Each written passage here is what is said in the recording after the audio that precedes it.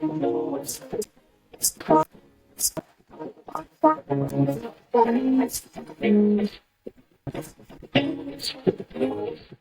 everybody, this is Gifty from Baller Mom, and welcome to the Support Chair and Unite podcast. Today's guest, I have Ethan, Meltz, and Simon from EM Sports Management, and they're going to discuss and share exactly what they're doing within the basketball world, helping student athletes globally, and giving them either the exposure or anything that they need with regards to how they can get to whatever the level that they're seeking and supporting families throughout these journeys between Canada, US, and around the world. That's at a high level, but I don't want to go further by letting them speak to what exactly they do. And without any further ado, guys, who is or what is EM Sports? Introduce yourself and explain for us, please. Yeah, so my name is Simon Holland. I'm the president of EM Sports. And the general idea of what we do is we try to create the best opportunities for talent all across Canada. Okay. My name is Ethan Meltz, and I'm the CEO of the company. The reason I built this was to change young men and women's lives in the game of basketball, bring them down to different areas for exposure trips, almost very similar to AAU basketball, but it's just in small camps and different areas.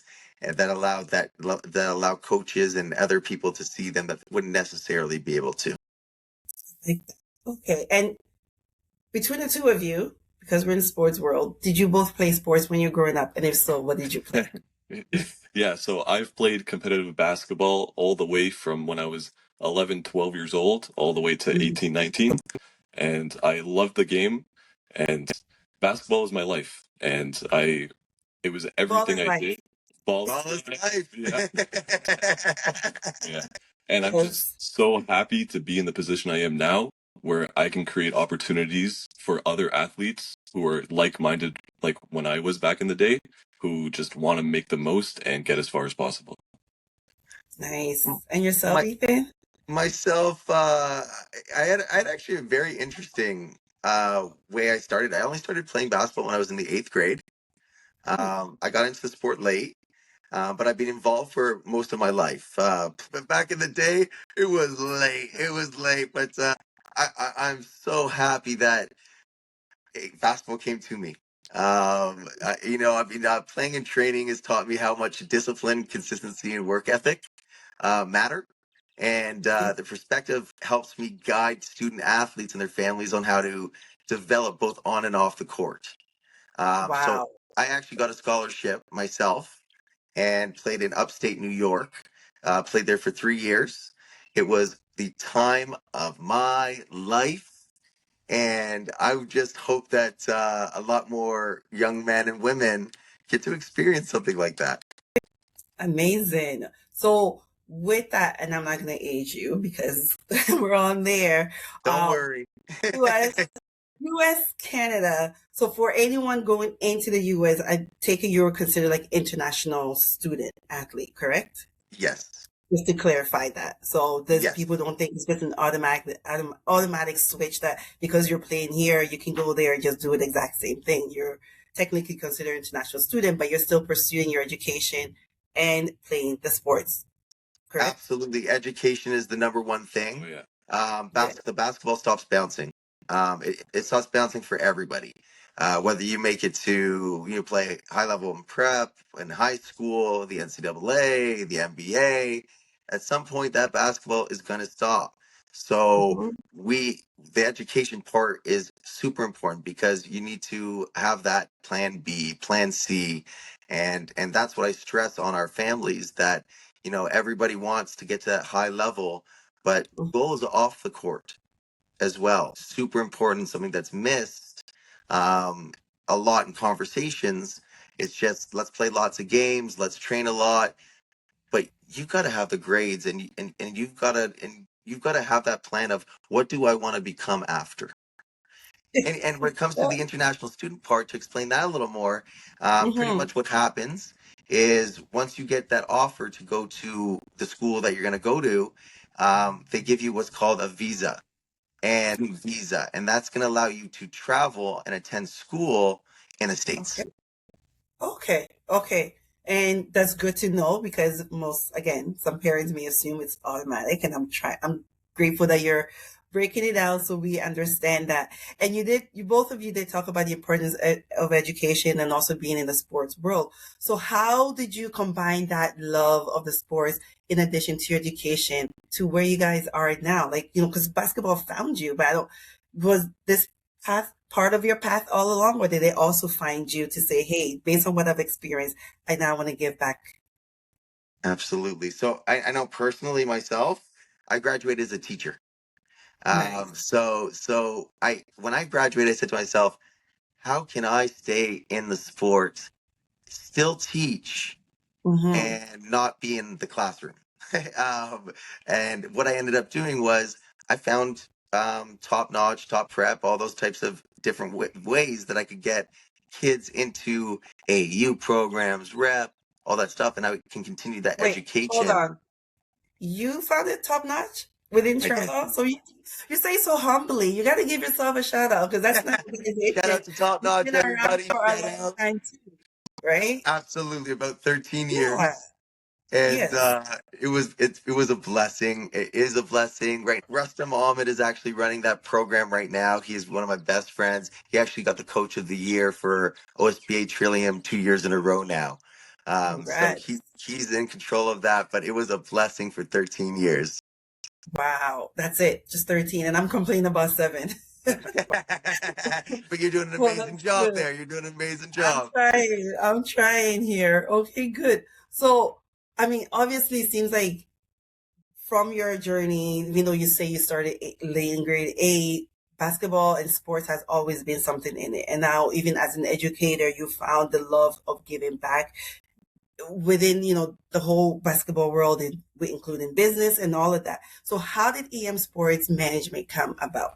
Where do you find that the gap was missing and you decide, let's do this so we can fill that gap? Absolutely. Yeah. So funny enough, Ethan and I were really just talking about the way Canada basketball is right now. And Mm. this was a while back. How long ago was that? This is probably like 3 or 4 years. So I actually coached him since he was in the fourth grade. Back in the day. Back in the Wow. day, all the way Yeah, up. yeah. So it's a privilege to be around this young man. So we've had these conversations for For a a while. long time. Yeah. And Good. and after I stopped playing, I still wanted to stay connected to basketball in any way I could. Mhm. Initially, I was actually filming basketball. So I was filming for people, making mixtapes, film, and helping them promote themselves. And then that Okay. really expanded to how can I actually make a difference? Because there's really only so much you can do as just a cameraman. And Yes. that's when Well, Ethan and I actually, you do a lot. You're very important. oh yeah, it's definitely very important. Integral part. And especially nowadays with how important social media is for recruitment, the Hmm. camera people and getting enough film out is a huge piece. It's really, really important. But back to how we really created EM Sports. Um, Yeah. like I said, we wanted to see what could we change about Canadian basketball because we knew there was tons and tons of talent, and we were Hmm. seeing in some cases they weren't going as far as we expected or they should have gone. And then Okay. we spent the last couple of years building as many connections as possible so that we can put these players in the right positions to meet the right people because connections is everything. And that's a lot of the times what Yes. Canadians are lacking. So we're kind of like the bridge in between to get these players these opportunities. Nice. And when you're saying opportunities, are you talking about students going to a high school, college, or university level, or it's a combination of all depending on their needs and So how you're able to work with them? absolutely. So we have people that are connected with the NCAA, so we do stay away from that end. We're usually with the high school and prep area. And that's because these guys will run programs, like exposure camps, just like they do in Canada. And Mm-hmm. we're able to bring a nice chunk of athletes into that space. And it's exciting because after you get to meet some guys that you might play for, who knows? Because it's totally up to the school, the coach, and the institution to Mm-hmm. decide if they want you to play or not. But we're able to finally, get them there and say, hey, these aren't broadcasted in Canada, but we know about it. And we want to try to, Okay. and that's that bridge he's talking about, bridge that gap to be able to say, hey guys, there's some lots of opportunity. Instead of playing AAU, um, come on down, come visit some sunny Florida, and get these get these opportunities. Sit on a beach, and go from there. Mm-hmm. And it's been a blessing. I know I personally got into this to change kids' lives, and that's always been Good. my mission. Good. I have Good. there's no other intent to this. And I was actually with the Morris twins from the NBA yesterday, Yeah. and it's posted on our Instagram. And we had a great conversation about that. The first thing they said is, "Are you an agent?" And I said, "No, I'm not an agent. I'm here to bridge the gap between players and schools and bring them together for those exposure trips." So it's almost like, if you were to go to an AU trip, it's the same thing, but you're just, going from couple schools that are hosting camps. Yeah. And I would say the But this biggest one you set difference. it up where you know that they're expecting you to come, you're gonna be there, Exactly. and then it's up to you to perform. But at least you made that Yes. initial connection to allow, as opposed to doing a random Google search, finding it, booking your flight and going, and nobody knows who you are. So you're Exactly. literally the connector in between to make that handshake, I guess, make it more Yes, meaningful for the athlete and their family. Should they continue to say, yes, I actually want to be there, I want to be at this particular camp, and see what the outcome may be. I like that. And it's absolutely. true. You're right. It is a niche that's missing, because clearly any one of us could, book a flight and go anywhere, whether Yes, it be yes. Georgia, wherever, because it's all advertisable. But you do want to make that meaningful connections so that when, Mhm. as a conversation starter, so that they know that you're coming and you can, work on that end of it. With that being said, because actually, it is a missing gap. And maybe there are people doing it, but it's not visibly known. So for you guys to bring it out and be, voiceful or out there about it. Now, Thank you. what happens when the players do come in and they say, okay, you know what, Ethan, Simon, I'm really excited. I want to do this. Take us through how you onboard them for them to be able to connect with you guys to take that before the actual camp or anything like that happens. Yeah. So That's this young man. it's definitely a pretty big process. The way we have Okay. it broken down is if families were to move forward with us, the first thing we would do is try to promote them on social media as much as possible because we have a pretty big Okay. following and a lot of them are coaches. So we use that Okay. platform to our advantage to get them as much exposure as possible. And then from Okay. there, once they come down to Florida, that's where we're based out of, and we have these exposure Mhm. trips in Florida, and then they would come down, and then that's when they get to actually be seen in person by these programs and organizations, and Mhm. then they get to you want to continue? Yeah, like they get the opportunity to visit these exposure camps and actually get in Nice. there, and they're not just a regular face. And that's something that I'm trying to pull off is AAU. I love AAU. I have my own AAU teams, but it's very, very tough when you have 1,000 players in a gym, Cool. hundreds of teams, and very little people. And the Only a people are couple. watching certain players. So Mm-hmm. we're trying Yes. to get those guys that haven't had that chance, and able to really turn the corner on it, because sometimes all it takes is a handshake, between the Yeah. family and the institution, and we get to sit back and watch and just watch magic happen, and I that's like that. that's Yeah. kind of how You how set it it goes. and forget it, I guess. Or you set it and you let it marinate and it works out together for them. Yeah, that's Which, it. and I think it's a good thing, in the sense of getting that initial hit stepping stone of getting that, connection to someone or some team or some school or some coaches, with it. And you both keep mentioning Florida, and I know you're actually currently in Florida. So is that the only state you're currently supported, or do you also work with other parts of the states? Or All it may be around. other parts of Canada Yeah, all so we're around. actually Okay. we're in every province, which is very exciting for us. Okay. That is Okay. super important to us because Toronto gets most of the exposure, and we know that. Yes. And we're both Yes. from Toronto. Um, but there are some amazing kids in these other provinces that just need the right person to say, hey, you can get this opportunity too. Just because you live in Winnipeg Mm-hmm. or, Alberta. All over the place where they don't have as much visibility as there should be, really. So we Yes. bring them all around, and then when it Okay. comes to the states, we have connections in every state, in every state, all over. Again, it goes back to the social media that we have. We had 7 players that we posted last year that didn't even visit the school, That they went to. and that they ended up getting the school offered a full ride for them. Just through the promotion through Social your media. social feed. Just Yeah, just through their highlights and stuff. And sometimes all it takes is a little bit of a platform, and somebody that's doing it for the Okay. right reason. And Okay. when you have the people that are doing this for the purpose of changing lives, that's a Mm-hmm. difference maker, because coaches have many jobs, and I applaud every coach out there because I did it for a long time, and it's stressful. You've got to It's worry about hard. winning. Yeah, you got to worry about winning games. You got to make sure parents, what you promise and everything with the parents, and you got to deal with everything. And then recruitment might be the fifth on the list, and that's where we Mm-hmm. come in and say we make recruitment the first on the list, and that's just through exposure and exposure camps. Nice. Yeah. Now, why did you go that route of mainly just the exposure camp part of it? Because I mean, there's multiple different ways that people want to play. Maybe tournaments, leagues, tryouts, ID camps, any of those.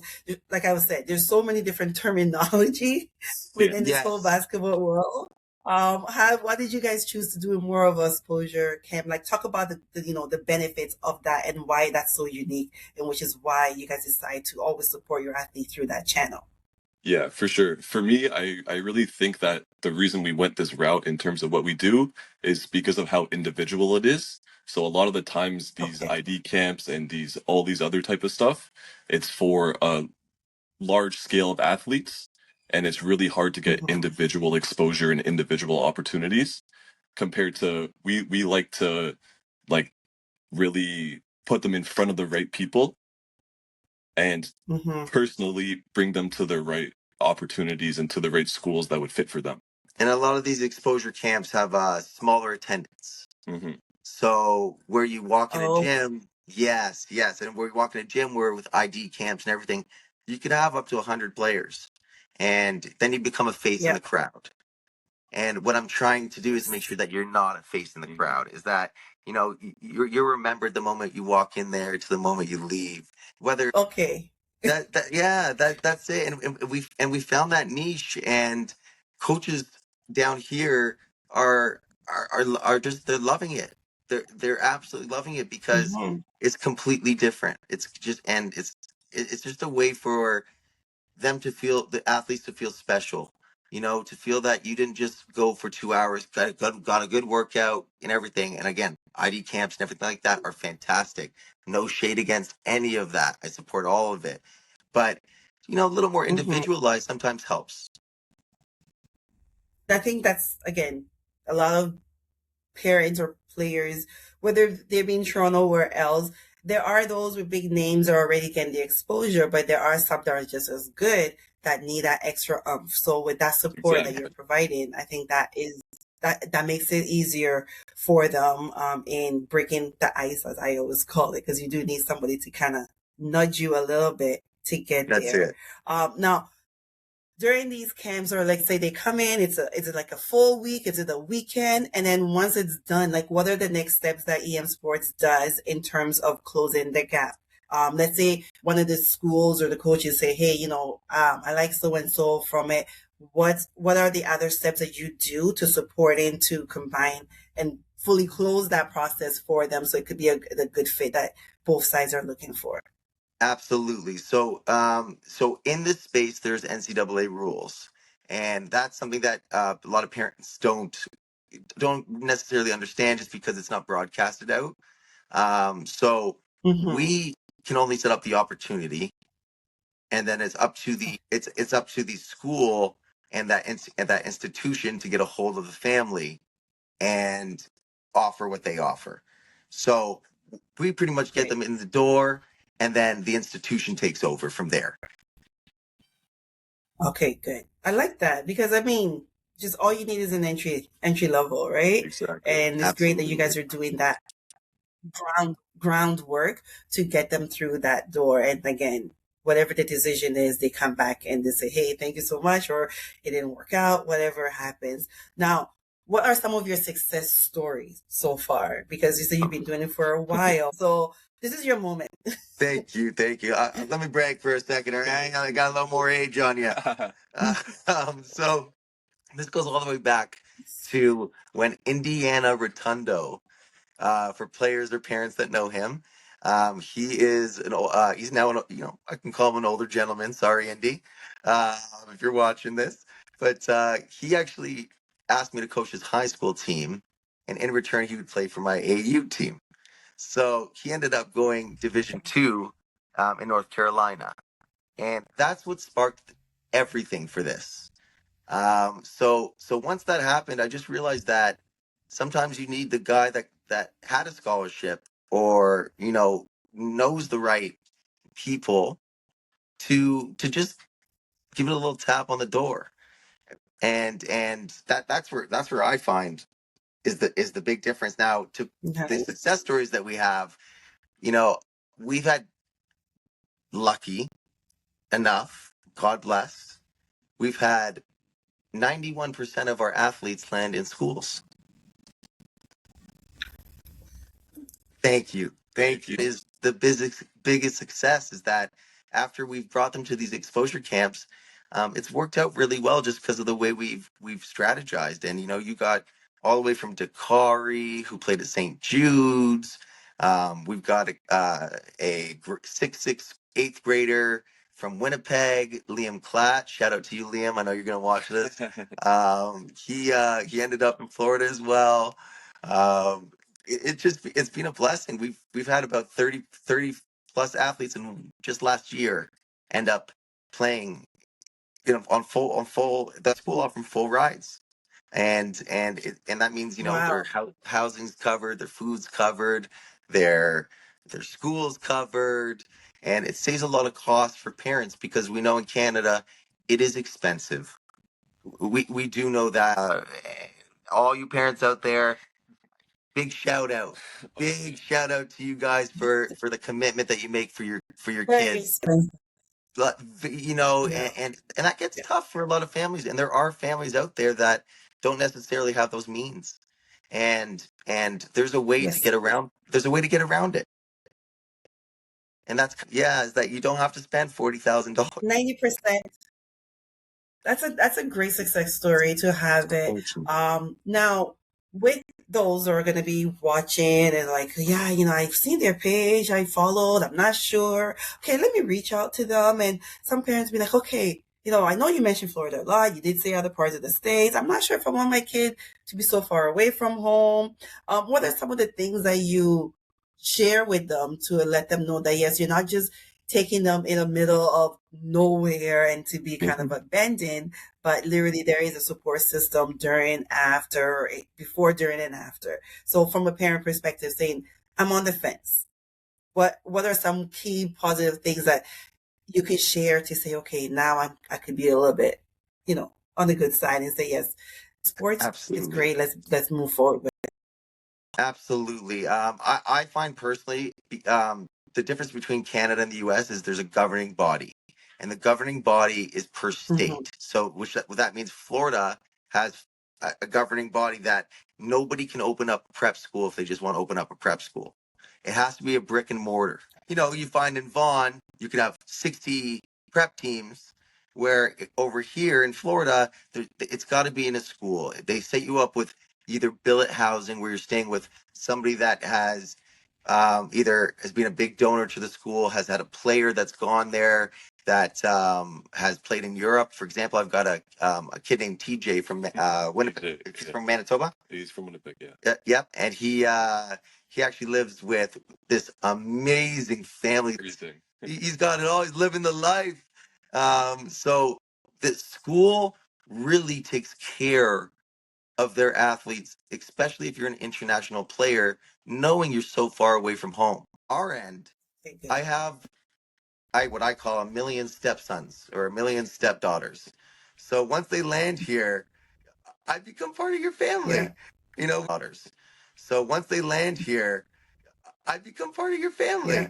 We become part of your family. And I've had players that are homesick where I go and pick them up and take them out for dinner and breathe. I'm a big mental health advocate because myself, I grew up and currently have generalized anxiety. And that's something I'm not afraid to share. And I share that with everybody I meet because it's so important that a lot of these kids won't share what's going on between the noggin. And with me, that is the most important part of this aspect. So, I had a player that left, not going to name, but I had a player that had to leave his school because it got too much on them. So he ended up the parents sent him to my place for 2 weeks. And we got him a haircut, made sure he got the right shave, took him to a beach, started talking about how important mental health is. And I think that's what makes us different is that there truly is a care. We got into this purely to change lives, and I'm going to say that many times in this conversation because that's the only reason I got into this. And the fact that you acknowledge or find ways to support that particular student, athlete on how to, we acknowledge what you're going through. We're not going to throw it under the rug. We're going to find ways to still find, get yourself back and respectfully even listen to the parents. And again, that means you're going to be big brother, the unofficial big brother from Toronto within the States. And that's great because familiarity, comfortability, talking to somebody that can understand what they're going through is also another key factor. And as like you said, with coaches are so busy with so many different things, it's always nice to also have another person that may not necessarily be just coaching you, but can also just listen to who you are as a person and guide you. Thank you. Another thing I wanted to touch base on for you guys, and again, this is like your platform to share and what you're doing, is the cost factor. Because we talk about, like right now, if you go buy eggs, trust me, I always use eggs as an analogy because I like eggs, whatever. Like it's just ridiculous. So with the difference between Canada and US, you talk about like the prep school here or private school. Majority of kids here often go to regular school because the prep school here is also just like expensive, right? So for them to say, okay, now I want to continue within US part of it, how do you walk through the parents to understand that yes, there's a cost to it, but there's also that benefit aligned with it to kind of mishmash. Like we're not sugarcoating it. It's something that because nothing is really free. Just being blunt about it. But let them know, yes, it's still an investment, but these are the tangible or these are the results that can come out of those spends that you're going to be putting in to get your child to wherever their next stage might be. So talk to us a little bit more about how you walk parents through when it comes to the cost factor. Absolutely. I'll let Simon jump in a bit, but I know for this one, if I was born now and I was a kid, my parents wouldn't be able to afford it, and I would have lost it on opportunities. So there's a lot of funding here in the States, and where I find sport in Canada is separate than everything else, where sport in the States is at the top. It's mecca.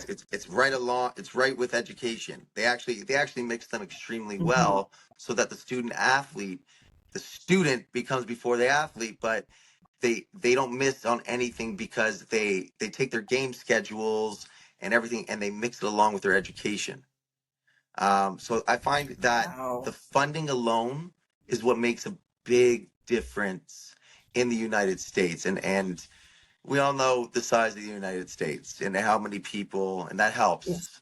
And that helps for sure. I saw one of the owner of a big company. I just don't want to name him online.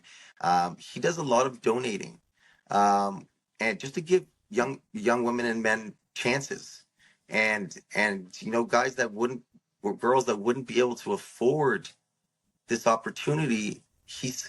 Those types of people slip in and allow them to get this opportunity and erase costs.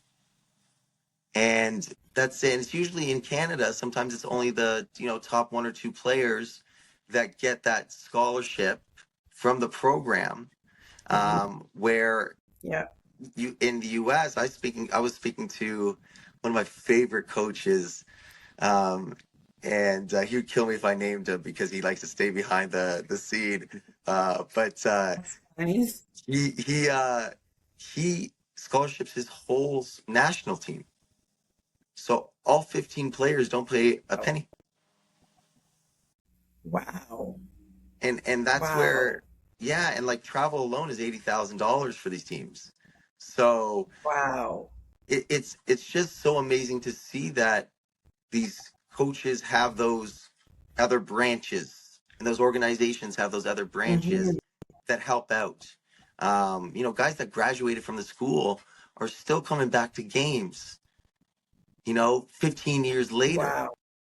And helping the program out. And I just think that is just so phenomenal, and it just speaks. That is, It's crazy. Speaks the world. Like The difference. the difference is insane, just like you said, Simon. Absolutely. no, I mean, and it's great that you, because literally, like I always say here within Canada, or at least Toronto, most of the sport is parent funded. It's us that's funding our kids' extracurricular activity. So Yeah. you've explained that, within the state, there is those opportunities out there in terms of funding or donations, charitable things that helps the program goals. And here, unless or like you said, the top 2, 3, it's kind of harder. So everybody else is supporting. So that's great to understand the difference aspect of it. So with players watching this and they send it to their parents and say, oh, this is, mom was talking to sports and I really like what they're saying. I want us to connect with them and everything. And they message you, email you, however they do it. What are some of the 5 things that you will look for when you're initiating those conversations? So for me, I usually handle a lot of the player conversations that lead to this opportunity. And the biggest things that I look for players is, in terms of coaches looking for players, the 3 main things are their basketball skills, their education, and their character. So a lot of the times, for me, majority of those are the 3 biggest things, and all 3 are as important as one another. So you can't just be a basketball player if you have no education and no character, vice versa. And for me, finding a lot of these players is through social media. So if you're one of those players who doesn't have any posts, doesn't have a profile picture, doesn't have any basketball highlights, people like us and coaches can't see you. So how are you expecting to go anywhere, no matter how good you are, if you're not promoting yourself? So when I see a player who has lots of film on their page, they have appropriate things on their page, that really makes a difference, because even on our end, the players we bring in, we're putting our name on it. So we need to make sure that you will represent us as much as we help you. So I know that, and I know with a lot of athletes, and it's funny because if we can see it, the guys that you want, the guys that you want to go to can see it. And sometimes liking something on Instagram can hinder your chances because it's not appropriate.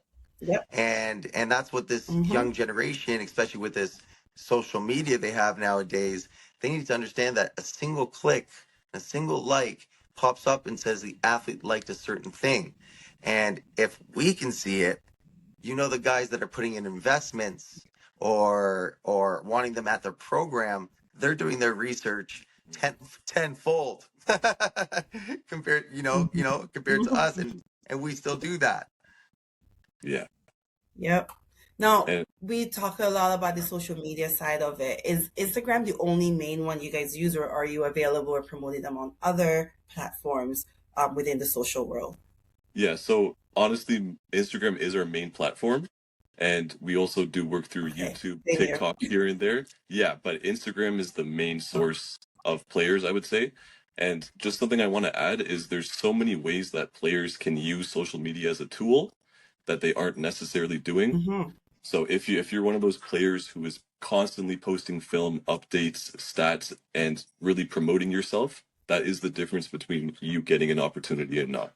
So players really have to keep Okay. that in mind, because there's not going to be coaches at every single one of your games. And social media is a main way to get recruited nowadays. So they should take advantage of it, really. You Mm-hmm. grew up in that era, so Oh, yeah. so you know best. Back when I was a kid, there Well, wasn't and that you social film it media. too, right? So Oh, yeah. Yeah. you've been So filming I them. know. And a little bit on the filming part, because some games, not again, maybe not all players may have films for it because it's not being recorded. Not all tournaments or leagues do have the visual aspect of it. So what are some things that you can tell either the parent or the athlete to get those films so that it can come to your, your path or another coach's path or anybody's path? What are some techniques that you can teach them to make sure that, first of all, it's the right angle, the right game, full game, half game, highlights, like a little bit Yeah. about that on the Yeah. social part. So they, when they watch or listen to this, they can make notes and make sure they follow through. So I feel like a big misconception in basketball is you think you need to hire some fancy cameraman to record your game and get your best highlights. And don't get me wrong, it makes you look good. I don't disagree with that at all. But all you really need is a friend, a family member, or just film your full game and try to film as much as you possibly can, because we have programs and coaches being like, hey, like, we like this kid, we want to see full game clips or full game tape. And if you don't have that on hand, a lot of the times coaches will just look away, because you have to be on point in terms of getting these opportunities. So really, you should be trying to film as much as possible. And it doesn't have to be fancy. It doesn't have to be amazing. It just has to be there and available. Really, honestly. Yeah. Simon filmed it Giving that right from his good mouth. gems. Yes. Oh, that's you. Okay. That's Okay. him. I don't know That's if I him. follow you, but I'll make sure to go back and follow you. Okay, good. That is amazing. Honestly, I think what you guys said in terms of giving back to the athletes, making that initial connection is key, because it is a missing factor regardless of what stage you are in your journey.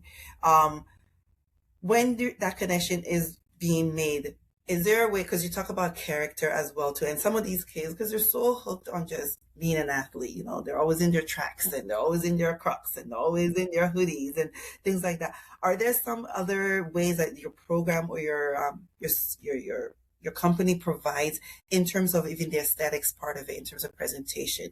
So that they can prepare themselves. Like, you're not always just walking in with a backpack and flip-flops, but there's other ways to present yourself. Because like you said, there are other big businesses, individuals out there, and they want to make sure that, their money is going to good use.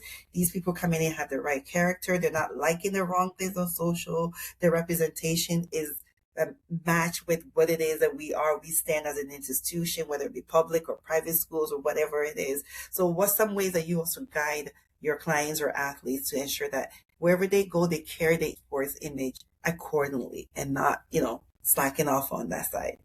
Absolutely. So when they actually travel with us, we do group meetings, exactly what we were talking about how to present yourself, shake a person's hand, look in their eyes, do some research on the school beforehand, so that way you can go up to the coach and say, hey coach, I really like that your team had an average of 3.6 GPA. I personally have an average of a 3.5 GPA. So it's ways to Right. connect and be more than an athlete, because now branding is so important, and your character is number one, because there are a million players out there that are going to have the same ability. It's, can you have those other two? So we talk about how to dress, how to present yourself when you walk in the door. Are you shaking everybody's hand? Are you looking in their eyes? Are you saying thank you for this opportunity? Uh, All those little things are what makes, when you turn around and leave that gym, instead of them saying, oh, that guy in the blue shirt was great, they're saying, Joseph was such a great character. He had such a phenomenal character. You have to say I that. want to be around that. And it's a dream. Again, it's a gift. It's a gift to be able to share that to these young women and men, who, again, the coaches are very busy. That's a tough life. I was one for many years. It is so tough. So it's nice to have other people that are outside of that circle to be able to prepare you for that. Yeah, 100%, honestly. And sometimes I think these kids will hear better when it comes from somebody else other than their parents. So thank you for saying that We've to heard all of that the a kids. So our parents, bit. we can be at ease, like, see, we told you. Okay, now there you go. You know what I mean? So that is great. Just winding down a little bit more now because you guys are based there, and I think you said that you had a camp coming up. So what can we expect from EM Sports, at least within the Toronto, Ontario part of it? Because you said you do have a lot of clients from this side as well too that you've always helped, but there are still those who are interested and they're intrigued and they want to know. So what is it that can we look forward to from your side that's kind of happening here, or maybe it's happening in the state that they can look forward to for the summer season? I got a big rip. I'm excited. So we love that there is Canadian athletes in the NBA, and that Yes. they come back and they run their own workshop. One thing that we do is we bring guys that are American, that are top 5 draft picks, and they come and give back. So, for example, we've got a Tyrus Thomas camp. Because of Easter, we had a lot of people ask if that they could come for one day. So I said, you know what? I'm pushing this thing back 2 weeks so that everybody gets a chance to get the full opportunity to come and enjoy a guy that was drafted 4th in the NBA. So we've got a lot of stuff lined up where these professional athletes are going to come back. They're going to not only develop them on the court, but the mental health aspect is going to be huge. And you're going to hear it from the guys that have been there and done it. And a lot of their stories are, once the basketball stops bouncing, when they were a kid, they didn't have the guidance of what to do next. So sometimes they fell into depression, fell into a lot of anxiety. And these are conversations I've had with a lot of these former NBA players or current NBA players. And what they want to change is that aspect of life, is that there's more than just basketball. And basketball is amazing, Yep. but your mental health and physical state is number one. And I tell my athletes this all the time. I say to them, $1 million over your mental health is nothing. Your mental health over $1 million is everything. Yep. Nice. Later on, you said in April, correct? Just want to make sure. And when it does come, Yes. just send me the info and I'll repost it so people have visibility Thank in you. terms of how they can register and get connected with you guys and everything. And what would the age group be for these camps So we or usually grades? do, yeah, we usually do 7 to 12 or 7 to 5th year. But I've been Okay. speaking with a Okay. lot of our guys, and we're gonna start opening it up from younger, so about grade 4 to 6. So we'll have that pocket, and then Okay. we separate the 7 to 50 years on different courts, usually at Six Park, because that's who I'm involved with. So Okay. Six Park And East, is it sorry, going to Six Park be East. just for the boys or a mix? Oh, Six mix, Park East. mix. Yes. We want to see the Lady Mix. Hoopers. Oh Okay. yeah. We want to see the Lady Okay. Hoopers. I just want to make That's sure the we're word clear on now. that. Absolutely, Okay. Good. absolutely. Good. We're a huge Good. supporter of that. Um, I've met some amazing WNBA players, NCAA female players, and I ain't checking them. I'll tell you that. I'm not guarding them. I'm not guarding them. No chance. No chance. So we want both. We want both at the camps because both are going to benefit. And we'll start bringing down some of the top female athletes that currently play, and that way that side is covered as well. But we believe that both genders can get as much information from any gender that they're with. No gender is True. better. 100%. So it's important that everybody's there. So yes, this is open to for both boys and girls, males and female. You said somewhere in April. It's been rescheduled, so you will share that information. And when it does, Yes. definitely let me know, and I will repost it for you. Thank Now, you. for anybody that's trying to get connected with you guys, how can they connect with EM Sports? So honestly, a lot of the times, like we see your messages. So my experience, if you just text me saying, "Hey, I want to be a part of it," it like there's only so Mm-hmm. much I can get from that. But I've had players reach out to me and be like, "Hey, this is who I am. This is how I play. This is my grades. Here's some film. Like I deserve this chance. Mm-hmm. Take a look." And players like that really Yeah. stand out because the more you want it, we see that type of stuff. So really you can reach us through Instagram DMs. That's where we do a lot of our finding of players. Or And info at emsportsmanagement.com. But it's usually Instagram. Yeah, and Simon's on top of that Instagram. But for all you parents, I know this a lot of chat for the parents. Info at amsports.com. We both have access, Mm-hmm. and we'll get back to you right away. Sometimes, it might take a day, but that's just because we're out there in Florida, traveling gym to gym and having some fun and meeting some new people. Nice, nice. Okay. I really want to appreciate thank you guys for sharing your journey and telling us exactly what it is that you're doing and the role that you're playing within the sports world. Like I said, there's multiple facets of this whole basketball world, and everybody plays a different role in it. And I know what you guys are doing, making that initial contact and connection. 40 players are interested in whatever next level is for them. With that being said, is there anything last that you would like to share with the Ballermom community? This is your opportunity to go ahead and say so. I absolutely do. And I want to say thank you to you. Thank you to people like you who have a platform to educate parents on different ways the basketball team runs. A lot of that does not happen. And without people like you, Canada basketball could be behind even further in years. And I mean that. I've watched you since you've started this program to today. And I am absolutely honored. We are I know Simon is too. We're absolutely honored that you gave us this platform and this opportunity to speak.